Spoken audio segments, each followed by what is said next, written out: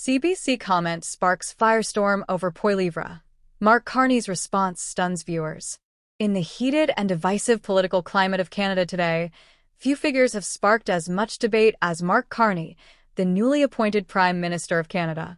His rapid rise to power, marked by a combination of strategic media engagement and a heavy focus on addressing Canada's economic challenges, has ignited a political firestorm. Carney's leadership has already faced scrutiny, but one of the most intense moments came after a controversial CBC segment that triggered fierce discussions about the state of Canadian politics. This controversy has brought to light not just the differences in policy between Carney and his Conservative counterpart, Pierre Poilievre, but also the deep divide in the national media narrative. Mark Carney, appointed as the leader of the Liberal Party and Canada's new Prime Minister in 2025, entered politics with a long history in the financial sector, having previously served as Governor of the Bank of Canada and the Bank of England. His leadership campaign has largely focused on stabilizing Canada's economy, with promises of job creation, economic growth, and more equitable wealth distribution. Carney's economic vision centers around maintaining Canada's strong social safety net while simultaneously investing in green technologies and modernizing key industries.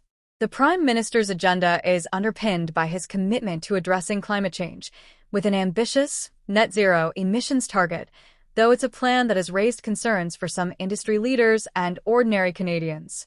In particular, Carney has come under fire for his stance on the energy sector, especially in Alberta, where critics argue that his policies could lead to energy shortages or economic downturns in a province heavily reliant on oil and gas exports. One of the boldest aspects of Carney's campaign was his direct engagement with the electorate on issues of Canadian sovereignty. His vision for the country includes strengthening international ties while ensuring that domestic industries, especially those in the natural resources and manufacturing sectors, are not left behind. However, his emphasis on these policies hasn't been universally embraced, and it's evident that his economic vision is seen as a double-edged sword by different segments of the population.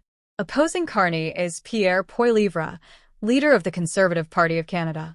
Poilievre, who has been vocal in his opposition to many of the Liberal government's initiatives, presents himself as the alternative to what he views as the reckless economic policies under the current leadership. Poilievre's brand of conservatism focuses on fiscal restraint, smaller government, and policies that promote individual freedom and economic opportunity. One of the key criticisms Poilievre has levied against Carney's economic plan is the overreach of government spending, which he argues could lead to unsustainable debt levels and exacerbate inflation. Poilievre has proposed a series of policies aimed at reducing taxes, curbing government spending, and placing a greater emphasis on economic freedom. His position on the green agenda has also been starkly different from Carney's, as Poilievre has argued that Canada should focus more on ensuring energy security through traditional sources, rather than transitioning to green energy at the pace that Carney envisions. Despite the differences in their policies, both leaders have garnered strong followings. Carney among those who support government intervention in the economy to tackle social issues and environmental challenges, and Poilievre among those who believe that lower taxes and more market-driven solutions are the key to solving Canada's economic woes.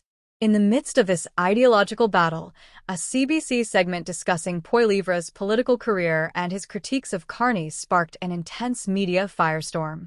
The commentary on the state of Canadian politics, particularly with regard to Poilievre's remarks about Carney's leadership and the Liberal Party's policies, led to a broader discussion about media bias and the role of legacy media in shaping public opinion. Many conservative-leaning viewers were quick to accuse the CBC of showing favoritism toward Carney and the Liberals, claiming that the network's portrayal of Poilievre was unfairly negative and painted him as an extremist. The segment, which many perceived as biased, came under heavy scrutiny for what critics called a failure to provide a balanced view of the political landscape. This has only deepened the political divide in Canada, with media outlets like CBC often accused of pushing narratives that align with left-leaning agendas. The role of public broadcasters in shaping the political discourse has been called into question. Mark Carney, despite his relatively new status as Prime Minister, has been the subject of similar media praise, with his policies often framed as necessary reforms for a more sustainable future. The question on many minds is whether such media portrayals are influencing the public's perception of political leaders and their policies. Carney's response to the controversy was, not surprisingly, measured. He addressed the criticisms head-on, maintaining that Canada's future depends on bold leadership and a willingness to invest in the country's economic transformation.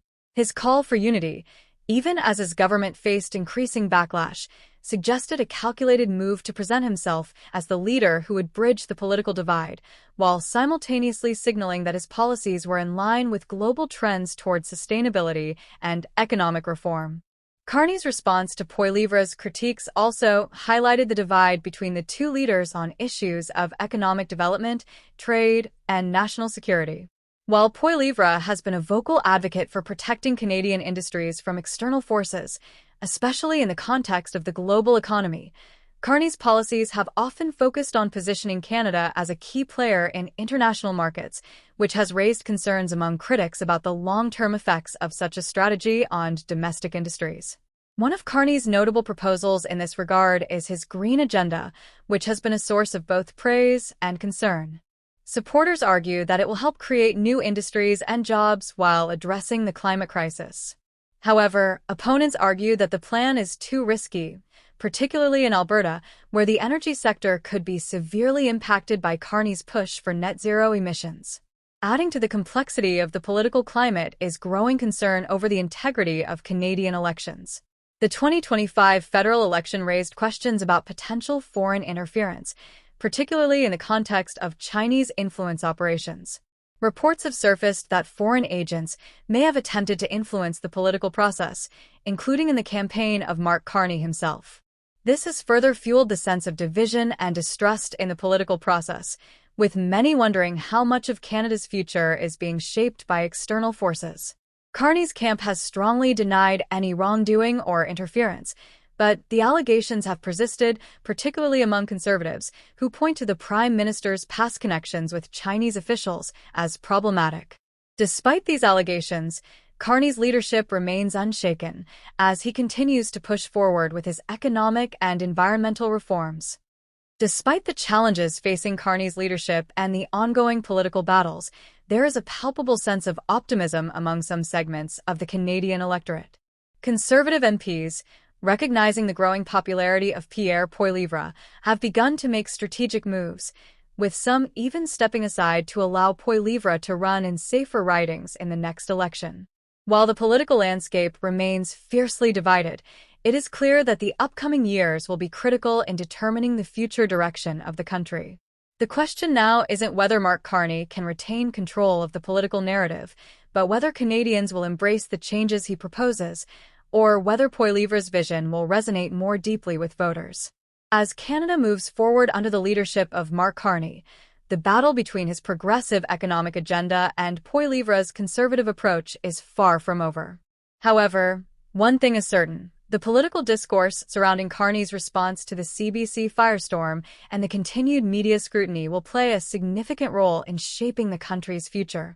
And as Canadians continue to question who truly represents their interests, the next election could prove to be a defining moment in the nation's history.